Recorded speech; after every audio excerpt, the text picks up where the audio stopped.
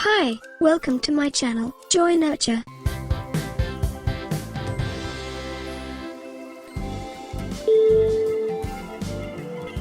What you'll need for the activity: felt pens, old buttons, fabric glue, and clean light-colored socks, one for each of you to make a puppet.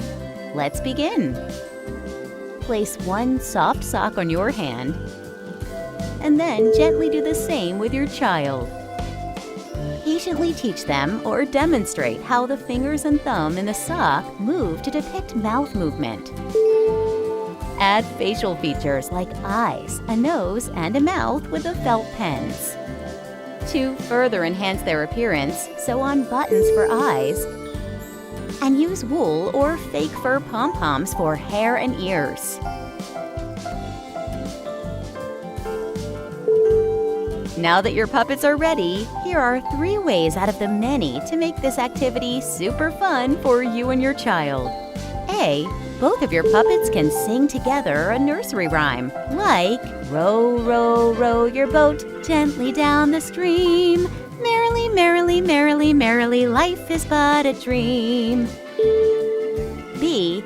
Your puppet can ask the child's puppet in an animated voice, where are the eyes, nose, ears, as the child's puppet points to the same. C. Hold your puppet in front of your face and ask the little puppet what they like to eat.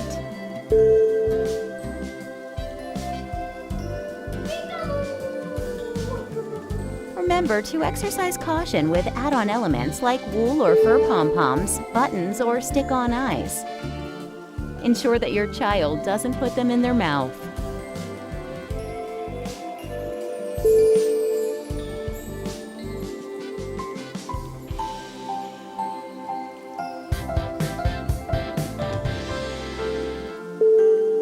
Thank you for watching. For more videos, don't forget to like, share, and subscribe my channel.